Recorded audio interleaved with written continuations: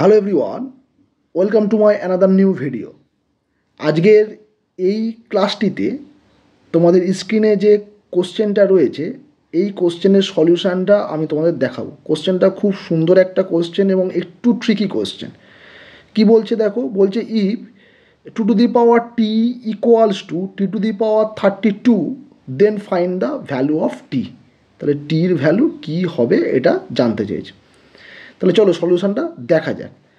দেখো সলিউশানটা হচ্ছে 2 to the power t সমান t⁻32 এটাই দিয়ে দেওয়া আছে। তাহলে এখান থেকে দেখো এই পাওয়ার যদি এই দিকে আসে, মানে যদি ধরো x⁻n সমান y⁻m থাকে, তাহলে পাওয়ার যদি এক্সের এই দিকে আসে তাহলে কি হয়, এক্সের পাওয়ারে এই এমটা এলে এটা 1/, হয়ে যায়। তখন এটা আমি লিখতে পারি 1/m, আর এনটা ওপারে গেলে ওয়াইয়ের পাওয়ারে এটা লিখতে পারি 1/n। ওকে, তাহলে এই যে কনসেপ্টটা এইটা আমি এখানে ইউজ করব। এটা ইউজ করলে দেখো তো 2-এর পাওয়ারে কত আসবে, 2-এর পাওয়ারে আসবে 1/32, আর এপারে টির পাওয়ারে যাবে 1/t।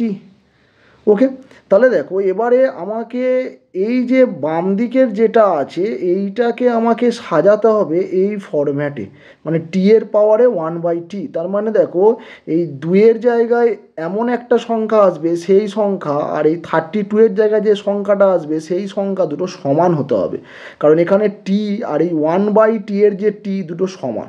তাহলে দেখো আমি যদি এই 2 to the power 1/32 এটাকে দেখো তো আমি বলবো এটা 2-এর পাওয়ার এই 1/32টা এরমভাবে লিখতে পারি 2/64, ওপর নিচে 2 গুণ করলাম, সেটা এরকম লেখা যায় 2² হোল টু দি পাওয়ার 1/64।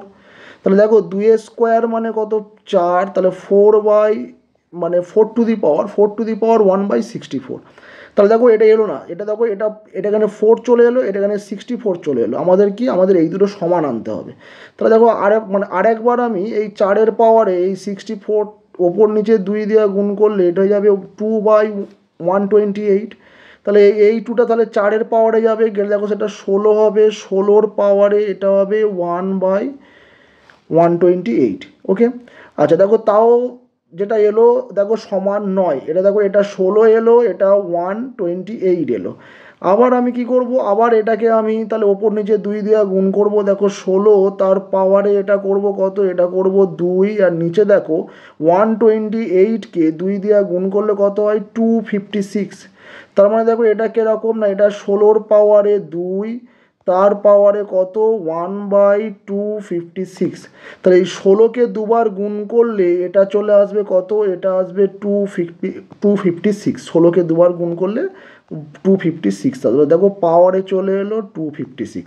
দেখো এইবারে এলো, এইটা কি ফর্মে এলো, দেখো এখানে আছে 256, আবার তার পাওয়ারে আছে এই 1/256। তাহলে এইটা এলো কি ফরম্যাটে না টি whole to the power 1/t ফরম্যাটে। তাহলে এখান থেকে কি লেখা যায়, এখান থেকে লেখা যায় টি সমান কত, টি সমান হচ্ছে 256। একটা ছোট্ট সলিউশান, কিন্তু খুব সুন্দর এবং খুব ট্রিকি একটা সলিউশান। আশা করি তোমাদের ভালো লাগবে। Thank you for watching this video. Good by.